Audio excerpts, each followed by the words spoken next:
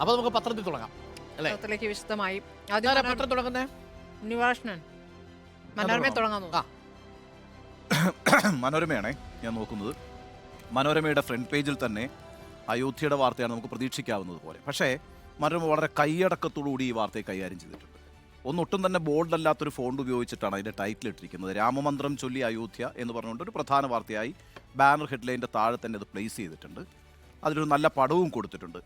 ഇത്തരം വാർത്തകളോടുള്ള നമ്മുടെ സമീപനം വളരെ പ്രധാനമാണ്. ഞാനിപ്പോഴും ഓർക്കുന്നൊരു കാര്യം വെച്ചാൽ 2019 ഈ സുപ്രീം കോടതി വിധി വന്ന സമയത്തെ മനോരമ വളരെ കൈയടക്കത്തോടുകൂടി ആ വിഷയം കൈകാര്യം ചെയ്തിരുന്നു. ആ വിധിയെ വല്ലാതെ ആഘോഷിക്കുന്നൊരു സ്വഭാവം മനോരമ സ്വീകരിച്ചിരുന്നില്ല. മനോരമയ്ക്ക് വേണമെങ്കിൽ ഗ്രാഫിക്കലിയൊക്കെ വളരെ മനോഹരമായിട്ട് അത് ഫ്രണ്ട് പേജിലൊക്കെ ചെയ്യാവുന്നതാണ്. അതിന് പകരം അത് വളരെ ശ്രദ്ധയോടുകൂടി ആ വാർത്ത കൈകാര്യം ചെയ്യുന്നു. മറ്റു പല പത്രങ്ങളും അത് വലിയ ആഘോഷമാക്കിയപ്പോൾ ഇപ്പം ഇന്നിറങ്ങുന്നൊരു പത്രം എന്ന് പറയുന്നത് ഇന്നത്തെ പത്രം മാത്രമല്ലല്ലോ, ഭാവിയിൽ അത് പരിശോധിക്കപ്പെടും അല്ലേ? ആ സമയത്ത് എങ്ങനെയാണ് നമ്മളൊരു വാർത്തയെ സമീപിച്ചത് എന്നുള്ളത് വളരെ പ്രധാനമായിട്ട് വരും. മനോരമ ആ കൈയടക്കത്തോടുകൂടിയാണ് രാമമന്ത്രം ചൊല്ലി അയോധ്യ എന്ന് പറഞ്ഞിട്ടൊരു വാർത്ത, വളരെ പ്രധാനപ്പെട്ട വാർത്തയാണല്ലോ അത് സ്വാഭാവികമായും നല്ല രീതിയിൽ ഫ്രണ്ട് പേജിൽ പ്ലേസ് ചെയ്തിട്ടുണ്ട്. എന്നാൽ അനാവശ്യമായ ഒരു ആഘോഷ സ്വഭാവം ആ വാർത്തയ്ക്ക് നൽകാതിരിക്കാനുള്ള കരുതലും സ്വീകരിച്ചിട്ടുണ്ട് എന്ന് കാണാം. തൊട്ടു പിന്നാലെ സ്വാഭാവികമായും ഇന്നലെ MV ഗോവിന്ദൻ നടത്തിയ പ്രസ്താവന അത് വലിയ വാർത്തയായിട്ടാണ് മനോരമ കൈകാര്യം ചെയ്തിരിക്കുന്നത്. ഞാനല്ല പാർട്ടി എന്ന വിചാരം വേണം എന്ന് പറഞ്ഞിട്ട് MV ഗോവിന്ദൻ്റെ ഒരു പ്രസ്താവനയെ രണ്ടാം ഭരണത്തിൽ തെറ്റായ പ്രവണതകൾ മുളപൊട്ടി തുടങ്ങിയിട്ടുണ്ടെന്ന് MV ഗോവിന്ദൻ പറയുന്നു. അതായത് തുടർഭരണത്തിൽ നിന്ന് ഞാനാണ് പാർട്ടി എന്നും ഞാനില്ലെങ്കിൽ ഈ പാർട്ടി ഇല്ല എന്നും ആരും കരുതണ്ട എന്നും പാർട്ടിയും പാർട്ടിക്ക് വേണ്ടി പ്രവർത്തിച്ചവരും അതിനുവേണ്ടി രക്തസാക്ഷികളായവരും ചേർന്നുണ്ടാക്കിയ ഒരു ഭൂതകാലം കമ്മ്യൂണിസ്റ്റ് പ്രസ്ഥാനത്തിനുണ്ടെന്നും ആ ഭൂതകാലത്തെ ഉൾക്കൊണ്ട് വേണം എല്ലാവരും പ്രവർത്തിക്കാനെന്നും പറഞ്ഞ കാര്യം MV ഗോവിന്ദൻ ആ പ്രസ്താവന വലിയ കാര്യമായിട്ട് എടുക്കുമ്പോൾ തന്നെ അതിനോട് ചേർത്തിട്ട് ഒരു കാർട്ടൂൺ കൊടുത്തിട്ട് അത് ഈ പറയുന്ന മുഖ്യമന്ത്രി പിണറായി വിജയന് നേരെയുള്ള ഒരു ഒളിയമ്പാണ് എന്നുള്ള മട്ടിലാണ് ആ കാർട്ടൂൺ കൊടുത്തിരിക്കുന്നത്. തൊട്ടടുത്ത് തന്നെ പിണറായി വിജയൻ്റെ ഒരു പ്രസ്താവനയും കൊടുത്തിട്ടുണ്ട്. വല്ലാത്ത ആർത്തി ആളുകൾക്കുണ്ടാകുന്നതുകൊണ്ടാണ് അഴിമതിയിലേക്ക് പോകുന്നതെന്നും പണത്തോടുള്ള ആർത്തി ഉപേക്ഷിക്കണമെന്നുള്ള പിണറായി വിജയൻ്റെ പ്രസ്താവനയും അതിനോടൊപ്പം തന്നെ കൊടുത്തിരിക്കുന്നു. വളരെ പ്രാധാന്യത്തോടുകൂടി തന്നെ ഫ്രണ്ട് പേജിൽ തടയാൻ എത്തിയവരെ ബസ്സിൽ നിന്നിറങ്ങി നേരിട്ട് രാഹുൽ എന്ന് പറഞ്ഞിട്ട് ഇന്നലെ ഇപ്പം നമ്മൾ നേരത്തെ സംസാരിച്ചിരുന്നു അസമിലുണ്ടായിട്ടുള്ള ആ സംഭവങ്ങൾ. അസമിൽ ഭാരത് ന്യായ യാത്രയ്ക്ക് എതിരായിട്ട് BJP പ്രവർത്തകർ എത്തുകയും ആ സംഘർഷ സാഹചര്യത്തിലേക്ക് ഇറങ്ങിച്ചെല്ലുന്ന രാഹുൽ ഗാന്ധിയെ കാണുകയും ചെയ്തു നമ്മൾ അല്ലേ? ഇന്നലെ ആ ഒരു ജനക്കൂട്ടത്തെ നേരിടാൻ പുറത്തേക്ക് ഇറങ്ങിച്ചെല്ലുന്ന രാഹുൽ ഗാന്ധിയെ കണ്ടിരുന്നു. അപ്പോൾ ആ വാർത്തയും വളരെ പ്രാധാന്യത്തോടുകൂടി പിന്നെ ഫ്രണ്ട് പേജിൽ തന്നെ കൊടുത്തിട്ടുണ്ട്. മറ്റൊരു പ്രധാനപ്പെട്ട കാര്യം, ഇന്ന് കേരളത്തിലെ ഈ പ്രാണപ്രതിഷ്ഠയായി ബന്ധപ്പെട്ട് 10,000 കേന്ദ്രങ്ങളിൽ ആഘോഷമുണ്ട്. 10,000 കേന്ദ്രങ്ങളിൽ ആഘോഷം. അത് തന്നെ ക്ഷേത്രങ്ങളിൽ വലിയ രീതിയിലുള്ള ആഘോഷം. എല്ലാ ക്ഷേത്രങ്ങളിലും പൂജകൾ നടക്കുന്നു. അതിനൊപ്പം തന്നെ സംസ്ഥാനത്ത് 50 ലക്ഷം ഭവനങ്ങളിൽ വൈകിട്ട് ദീപം തെളിക്കും.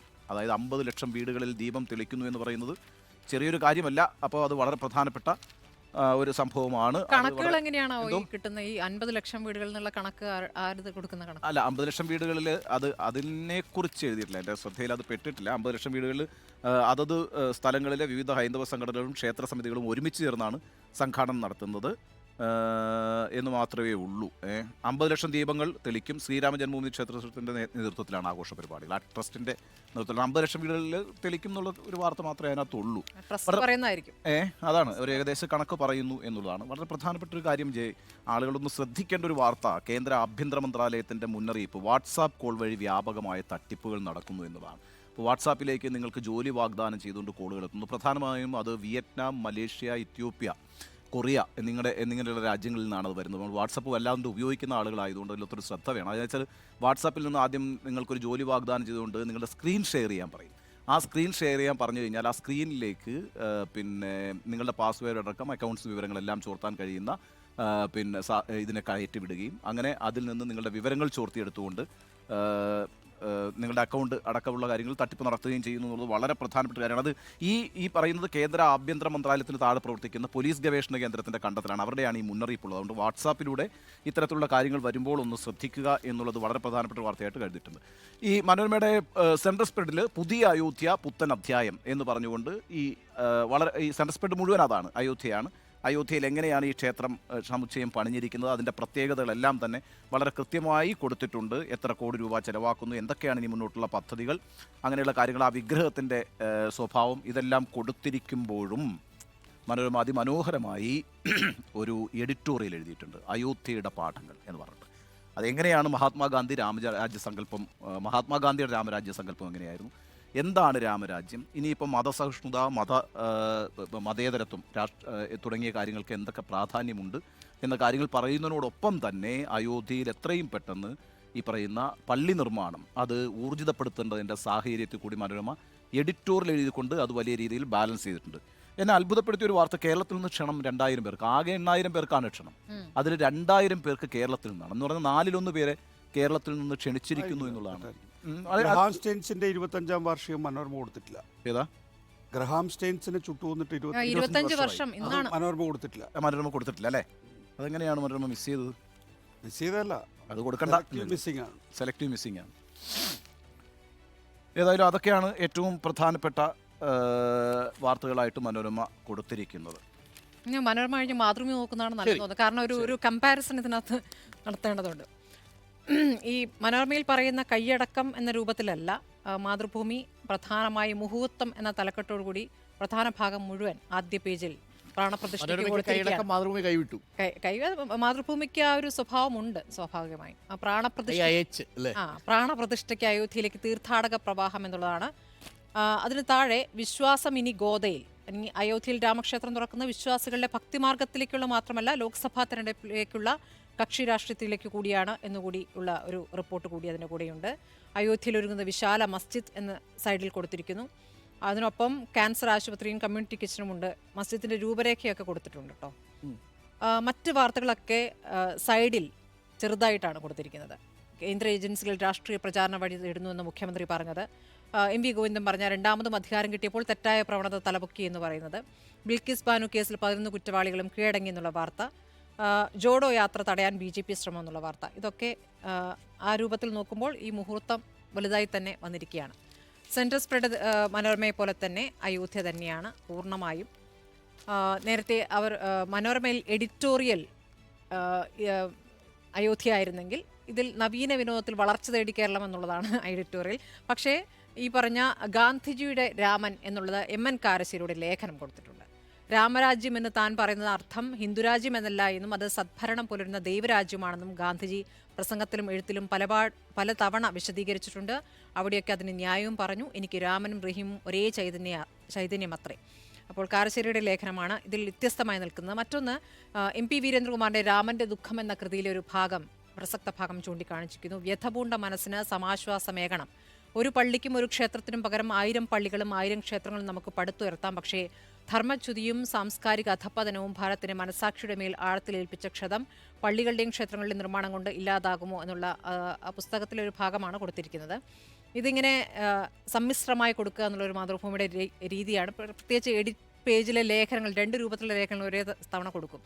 സത്യം പറയുന്നത് ചരിത്രത്തോടുള്ള നീതി എന്ന് KK മുഹമ്മദ്, പുരാവസ്തു ശാസ്ത്രജ്ഞൻ KK മുഹമ്മദിന്റെ ഒരു അഭിമുഖം അതിൽ ചേർത്തിട്ടുണ്ട്. അതെ. പിന്നെ അയോധ്യയിൽ അദ്ദേഹത്തിന് ക്ഷണമുണ്ട്, പക്ഷേ അദ്ദേഹം പോകുന്നില്ല. ആധികാരിക പുരാവസ്തു ഗവേഷണം നടത്തുന്ന സർക്കാർ പറയുന്നു. പിന്നെ അയോധ്യയിൽ എത്തിയാൽ എങ്ങനെയാണ് എന്നുള്ള കാര്യം, ഈ തീർത്ഥാടക വിനോദസഞ്ചാര കേന്ദ്രമാവുകയാണല്ലോ. അപ്പോൾ എങ്ങനെയൊക്കെയാണ്, എവിടെ എന്തൊക്കെ കാണണം എന്നൊക്കെയുള്ള വിശദമായ കാര്യങ്ങൾ. പിന്നെ വാസ്തുകലയുടെ സമ്മിശ്ര സൗന്ദര്യം, ക്ഷേത്രം എങ്ങനെയൊക്കെയാണ്, ക്ഷേത്രത്തിൻ്റെ നിർമ്മാണം എങ്ങനെ, നാഗര ശൈലി, ദ്രാവിഡ ശൈലി എല്ലാം ചേർന്നിട്ടുള്ളതാണ്. ഒരു ചിത്രത്തോടു കൂടി തന്നെയാണ് അത് കൊടുത്തിരിക്കുന്നത്. മലയാളത്തിലും സൂചനാ ബോർഡുകളുണ്ട്. അവിടെ 22 ഇന്ത്യൻ ഭാഷകളിലാണ് സൂചനാ ബോർഡ് കൊടുത്തിരിക്കുന്നത്. കേരളത്തിലേക്ക് അയോധ്യയിലേക്ക് ആദ്യ തീവണ്ടി 30-ന് പുറപ്പെടും എന്നുകൂടിയുണ്ട് കേട്ടോ. ആദ്യ തീവണ്ടി, ആദ്യ സ്പെഷ്യൽ, ആസ്ഥ സ്പെഷ്യൽ എന്നാണ് വണ്ടിയുടെ പേര്. പാലക്കാട് നിന്നാണ് പുറപ്പെടുക. അത് 9, 14, 19, 24, 29 തീയതികളിൽ പാലക്കാട് നിന്ന് അയോധ്യയിലേക്ക് തീവണ്ടികൾ ഉണ്ടാകുമെന്നുള്ളതാണ്. പിന്നെ ഈ ചടങ്ങിൻ്റെ പ്രത്യേകതകൾ, വാദ്യമേളം, കലാസന്ധ്യ, അയോധ്യയിൽ ഇന്നത്തെ ചടങ്ങിൻ്റെ വിശദാംശങ്ങൾ, ഇതൊക്കെ ചേർന്നിട്ടാണ് ഈ സെൻട്രൽ സ്പ്രെഡ് വെച്ചിരിക്കുന്നത്. മറ്റു പത്രത്തിലേക്ക് കൂടി ഒന്ന് പോകാം അല്ലേ? MV നികേഷ് കുമാർ ഏത് പത്രമായിരിക്കുന്നു? ദേശാഭിമാനി. ദേശാഭിമാനിയെ സംബന്ധിച്ചിടത്തോളം ഇന്ന് ഒരു നിലപാടുള്ള പത്രമാണ് എന്ന് ആവർത്തിച്ചെടുത്തു പറയേണ്ട ദിവസമാണ്. കാരണം ദേശാഭിമാനിയെ സംബന്ധിച്ചിടത്തോളം ഇതിനകത്ത് നേരത്തെ ഇവിടെ ചില പത്രങ്ങൾ പോലെ അഴകുഴമ്പൻ സമീപനമൊന്നും ആവശ്യമുണ്ടായിരുന്നില്ല. വളരെ കൃത്യമായി അയോധ്യയുടെ കാര്യത്തിനകത്ത് നിലപാട് പറഞ്ഞു പോവുകയാണ് ദേശാഭിമാനി എന്നുള്ളത് നമുക്ക് കാണാം. തലക്കെട്ട്, മുഖ്യ തലക്കെട്ട് തന്നെ അയോധ്യയാണ്. അയോധ്യക്കാർ പുറംപോക്കിൽ. അയോധ്യയിലെ സാധാരണക്കാരായ തദ്ദേശീയരായ ഹിന്ദുക്കളടക്കം വരുമാനമില്ലാതെ ദുരിതത്തിലാകുന്നുവെന്നും ക്ഷേത്രനഗരിയിൽ നിന്ന് സാധാരണക്കാർ തുടച്ചു നീക്കപ്പെടുന്നു എന്നുമാണ് ദേശാഭിമാനിയുടെ ലീഡ് വാർത്ത പറയുന്നത്. അതിനകത്ത് സാധാരണക്കാരായി പൂക്കച്ചവടക്കാരായിട്ടുള്ള ആളുകളെയൊക്കെ തന്നെയും പിന്മാറ്റുന്നു, അവിടെ നിന്ന് മാറ്റുന്നു. പകരം വിവിധ ഇടങ്ങളിൽ നിന്ന് അയോധ്യയിലേക്ക് ആളുകളെ കൊണ്ടുവരുന്നു. അങ്ങനെ റിയൽ എസ്റ്റേറ്റ് കച്ചവടം അരങ്ങ് തകർക്കുമ്പോൾ ക്ഷേത്രനഗരിയിൽ നിന്ന് സാധാരണക്കാർ തുടച്ചു നീക്കപ്പെടുന്നുവെന്നും വികസനത്തിൻ്റെ പേരിലുള്ള മേളത്തിനിടെ ജീവിതം വീണുടഞ്ഞവരിൽ ഭൂരിപക്ഷവും ഹിന്ദു വിഭാഗത്തിൽ നിന്നുള്ള സാധാരണക്കാരാണ് എന്നുള്ളതുമാണ് ലീഡ് വാർത്ത എന്നുള്ളത്. അതിന് ഒപ്പം തന്നെ 12:20 വിഗ്രഹപ്രതിഷ്ഠ തുടങ്ങും വിഗ്രഹപ്രതിഷ്ഠ ഉണ്ട് എന്നുള്ള ഒരു ചെറിയ വാർത്തയുണ്ട്. ഒപ്പം ടി പത്മനാഭൻ്റെ രൂക്ഷ വിമർശനം വളരെ പ്രാധാന്യത്തോടുകൂടി ദേശാഭിമാനി പ്രസിദ്ധീകരിച്ചിരിക്കുന്നു. ശ്രീരാമനെ വിൽപ്പനച്ചരക്കാക്കി എന്നാണ് ടി പത്മനാഭൻ പറയുന്നത്. രാജ്യത്തെ ഏറ്റവും വലിയ വിൽപ്പനച്ചരക്കായി ശ്രീരാമനെ ഉപയോഗിക്കുകയാണ് എന്നാണ് കഥാകൃത്ത് ടി പത്മനാഭൻ പറയുന്നത്. വച്ചയുടൻ വിറ്റുപോകുന്നത് ശ്രീരാമൻ്റെ പേരാണ്. ശ്രീരാമൻ്റെ പേര് ഉച്ചരിച്ചില്ലെങ്കിൽ, പരസ്പരം കണ്ടുമുട്ടുമ്പോൾ ജയ് ശ്രീറാം വിളിച്ച് അഭിവാദ്യം ചെയ്തില്ലെങ്കിൽ കുത്തിക്കൊല്ലുന്ന രാജ്യമായി ഇന്ത്യ മാറി എന്നുള്ളതാണ് ടി പത്മനാഭൻ്റെ അഭിപ്രായം. അത് വളരെ പ്രാധാന്യത്തോടു കൂടി തന്നെ ദേശാഭിമാനി രണ്ടാമത്തെ വാർത്തയായി പ്രസിദ്ധീകരിച്ചിരിക്കുന്നു. മറ്റൊരു പ്രധാനപ്പെട്ട വാർത്ത ഒന്നാം പേജിൽ തന്നെ മുൻ പേജിൽ തന്നെ ഇടം പിടിച്ചിരിക്കുന്നത് ഗ്രഹാം സ്റ്റെയിൻസ് കുടുംബത്തിൻ്റെ കൂട്ടക്കൊല. ഒഡീഷയിൽ നിന്ന് അനുസ്മരണം. സംഘപരിവാർ ചുട്ടുകൊന്നിട്ട് 25 വർഷം. ഓസ്ട്രേലിയൻ മിഷണറി ഗ്രഹാം സ്റ്റെയിൻസ്, മക്കളായ ഫിലിപ്പ്, തിമോത്തി എന്നിവരെ ഹിന്ദുത്വ തീവ്രവാദികൾ ജീവനോടെ കത്തിച്ചിട്ട് തിങ്കളാഴ്ച 25 വർഷം. ആദിവാസികളെ നിർബന്ധിത മതപരിവർത്തനത്തിന് വിധേയമാക്കുന്നുവെന്ന് ആരോപിച്ചായിരുന്നു ഒഡീഷയിലെ മനോഹർപൂരിൽ നാടിനെ നടുക്കിയ കൂട്ടക്കൊല നടന്നത്. 1999 ജനുവരി 22 അർദ്ധരാത്രി പള്ളിക്ക് മുന്നിൽ നിർത്തിയിട്ട വാഹനത്തിൽ വിശ്രമിക്കുകയായിരുന്ന സ്റ്റെയിൻസിനെയും മക്കളെയും ജയ് ഹനുമാൻ മുദ്രാവാക്യങ്ങളുമായി ബജ്രംഗ് ദൾ പ്രവർത്തകർ വളയുകയായിരുന്നു. മൂവരെയും വാനിലിട്ട് കത്തിച്ചു തുടങ്ങിയ മറ്റു വിശദാംശങ്ങളും ആ വാർത്തയിൽ നൽകിയിട്ടുണ്ട് എന്നുള്ളതാണ് വളരെ പ്രധാനപ്പെട്ടത്. ഇന്ന് നമ്മൾ ഒരിക്കൽ പോലും മറക്കാൻ പാടില്ലാത്ത ഒരു വാർത്ത തന്നെയാണ്. വളരെ പ്രാധാന്യത്തോടുകൂടി ദേശാഭിമാനി ദേശീയ പത്രവും കൊടുത്തിട്ടില്ല. ഞാൻ എല്ലാ പത്രങ്ങളും ഇപ്പൊ നോക്കി. ഈ ഗ്രഹാം സ്റ്റെയിൻസ് ഹിന്ദു ഒക്കെ കൊടുത്തിട്ടില്ലെങ്കിൽ അത് ചതിയാണ്. കൊടുത്തിട്ടില്ല. ഞാൻ കണ്ടിട്ടില്ല ഹിന്ദു. മറ്റൊന്ന് ബാബറി മസ്ജിദിൽ വിഗ്രഹം. കെ നായരുടെ ഗൂഢാലോചനയ്ക്ക് തെളിവ്. കെ നായർ വളരെ പ്രാധാന്യമുള്ള ഒരു റോള് 1949 വഹിച്ചു എന്ന് നമുക്കറിയാം.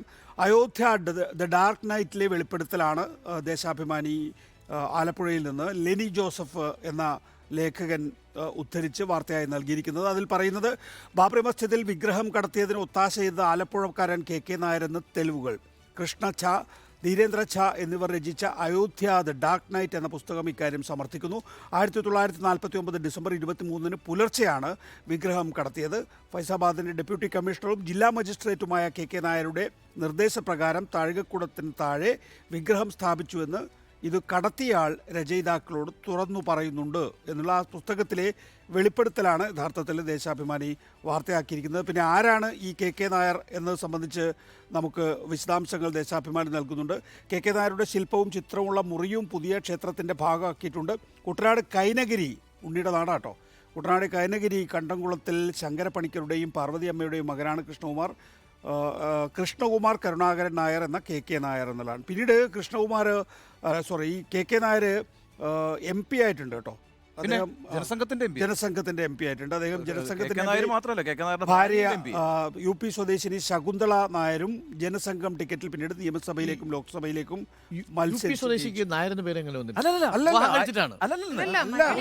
ശകുന്തള നായർ വിവാഹം കഴിച്ചപ്പോഴത്തേക്കും അങ്ങനെയാണല്ലോ അവിടെ ചെയ്യും. അതുപോലെ ഇതിന്റെ സെൻട്രൽ സ്പ്രെഡും വളരെ രാഷ്ട്രീയമായി ഒരുപക്ഷെ യോജിച്ച് നിൽക്കാവുന്ന ഒരു സെൻട്രൽ സ്പ്രെഡാണ്. എന്നെ സംബന്ധിച്ചിടത്തോളം രാഷ്ട്രീയമായി യോജിച്ച് നിൽക്കാവുന്ന ഒരു സെൻട്രൽ സ്പ്രെഡാണ് ദേശാഭിമാനിയുള്ളത്. ഒന്ന് എഡിറ്റോറിയൽ മതനിരപേക്ഷതയുടെ മിഴിനീർക്കണം എന്ന് പറയുന്ന എഡിറ്റോറിയൽ, അതിശക്തമായ എഡിറ്റോറിയലാണ്. ഞാനതിൻ്റെ വിശദാംശങ്ങളിലേക്ക് പോകുന്നില്ല. 2 VB പരമേശ്വരൻ എഴുതിയിട്ടുള്ള മതരാഷ്ട്രത്തിലേക്ക് എന്ന് പറയുന്ന ഒരു ചെറിയ കുറിപ്പുണ്ട്.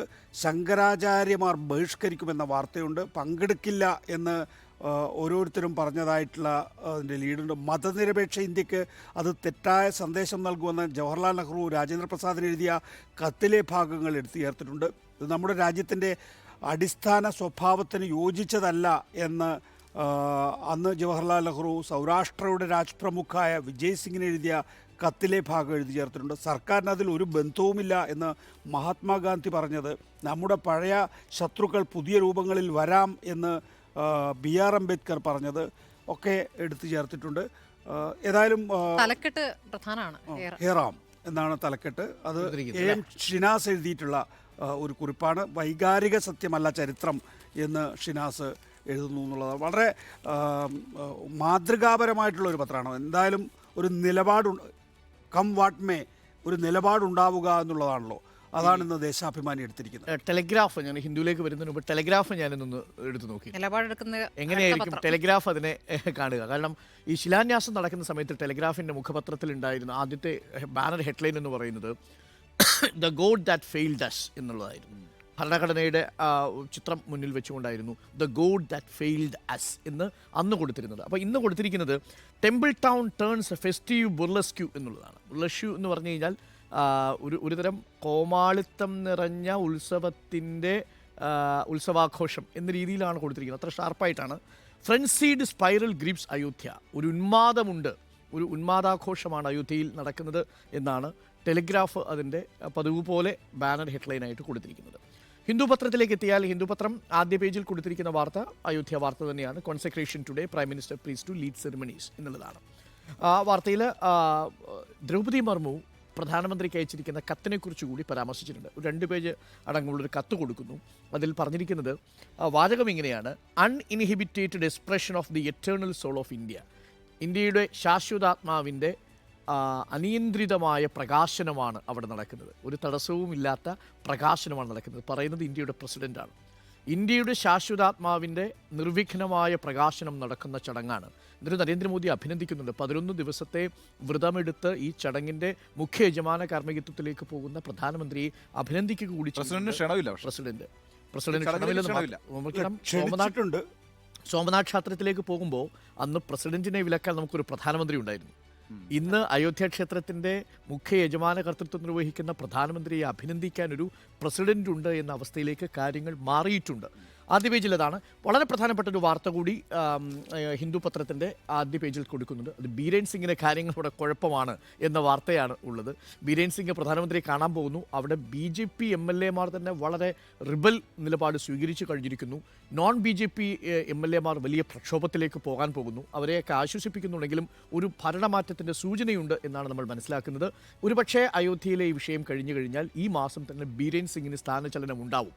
മണിപ്പൂരിൽ കാര്യങ്ങൾ ബീരേൻ സിംഗിന് നിയന്ത്രിക്കാൻ സാധിക്കുന്നില്ല. മണിപ്പൂരിൽ പാർട്ടിക്ക് അകത്തൊരു പുട്ടിത്തെറിയുണ്ട്. ഇപ്പൊ തന്നെ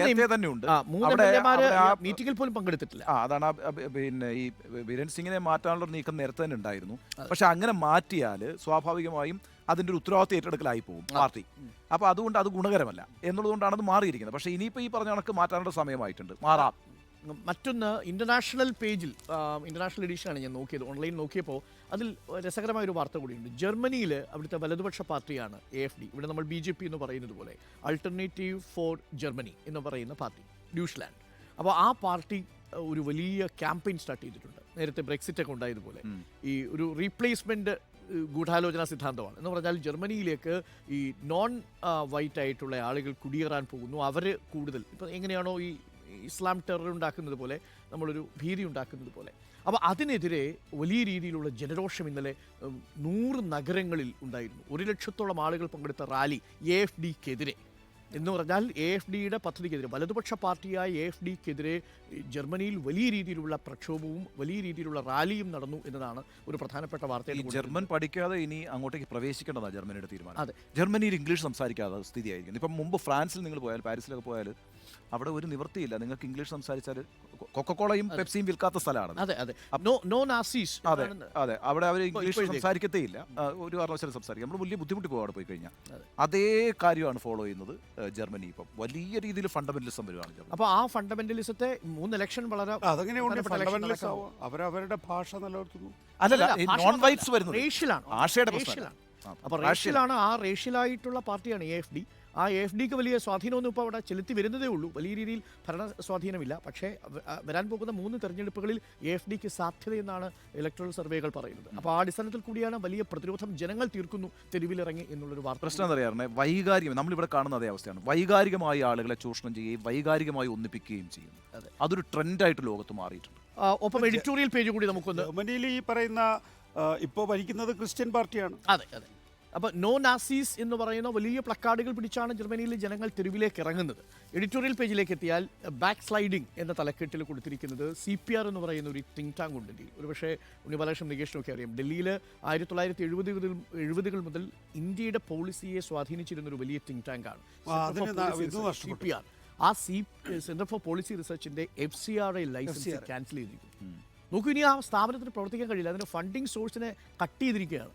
അതിന് പത്രം കൊടുത്തിരിക്കുന്ന എഡിറ്റോറിയൽ പേജിൽ curbs on financing of civil society bodies denote eroding civil liberties. പൗരസ്വാതന്ത്ര്യത്തെ നിഷ്കാസനം ചെയ്യുന്നതാണ് ഇത്തരം നടപടികളെന്ന് പത്രം എഡിറ്റോറിയൽ എഴുതിയിരിക്കുന്നു. മാത്രമല്ല, ഫ്രീഡം ഹൗസ് എന്ന് പറയുന്ന അമേരിക്കൻ NGO തന്നെ ഇന്ത്യയെ രേഖപ്പെടുത്തിയിരിക്കുന്നത് ഇലക്റ്റഡ് ഓട്ടോക്രസി എന്ന പദവിയിലാണ് എന്നുകൂടി പത്രം ഓർമ്മിപ്പിക്കുക കൂടി ചെയ്യുന്നു. അപ്പോൾ ഇന്നത്തെ ദിവസത്തിൽ വളരെ പ്രാധാന്യമുള്ള ഒന്നാണ്. ഒരു ഭാഗത്ത് സിവിൽ ലിബർട്ടീസ് നഷ്ടപ്പെടുന്നു, മറുഭാഗത്ത് വലിയ രീതിയിൽ ടെലിഗ്രാഫ് പറയുന്നത് പോലെ ഉന്മാദാഘോഷങ്ങളിലേക്ക് രാജ്യം പോകുന്ന നോക്കി. ഇപ്പോൾ ഈ അടിയന്തരാവസ്ഥ പ്രഖ്യാപിച്ചപ്പോഴേ ആദ്യത്തെ ഓർഡർ എന്തായിരുന്നു അറിയോ? ഇന്ദിരാഗാന്ധി ഗവൺമെന്റിന്റെ ഈ പത്രാഫീസുകളിലേക്കുള്ള ഇലക്ട്രിക് വൈദ്യുതി കമ്പി അങ്ങ് വിച്ഛേദിക്കാനാണ് പറഞ്ഞത്. വൈദ്യുതി കണക്ഷൻസ് അങ്ങ് വിച്ഛേദിക്കാൻ പറഞ്ഞു. ആദ്യം ഇൻഫർമേഷൻ അങ്ങ് ഇല്ലാതാക്കുക. എത്ര ഗവേഷണം ഇല്ലാതാക്കി എല്ലാം ആക്കി. ഇതിനകത്ത് ഈ FCRA കട്ട് ചെയ്യുന്നതിലൂടെ വളരെ കൃത്യമായ രീതിയിലൊരു അജണ്ട നടപ്പാക്കുന്നുണ്ട്. ഇപ്പോൾ ക്രിസ്ത്യൻ സംഘടനകളുടെ നേതാക്കൾ അവിടെ പോയി പഞ്ചപുച്ഛമടക്കി നിന്നതിൻ്റെ കാരണം ഇത് മാത്രമാണ്. രണ്ട് കാര്യങ്ങൾ ഞാൻ അന്നും പറഞ്ഞതാണത്. ഒന്ന്, FCRA കട്ട് ചെയ്യും എന്നുള്ള ഭയം. രണ്ട്, ഈ വീസ മറ്റ് രാജ്യങ്ങളിൽ നിന്ന് ഈ ക്രിസ്ത്യൻ സംഘടനകൾക്ക് ആളുകളെ കൊണ്ടുവരണമല്ലോ ഇവിടെ. ആ വീസ വേണ്ട എന്ന് തീരുമാനിച്ചാൽ വേണ്ട എന്നുള്ള തീരുമാനം തന്നെ. പിന്നെ ഇതിനകത്തുള്ള ഏറ്റവും പ്രധാനപ്പെട്ട ഭയം എന്ന് പറഞ്ഞാൽ ഈ BJP ഇപ്പോഴൊന്നും അധികാരത്തിൽ നിന്ന് പോവില്ല എന്നുള്ള പ്രതീതി അവരുണ്ടാക്കിയിട്ടുണ്ട്.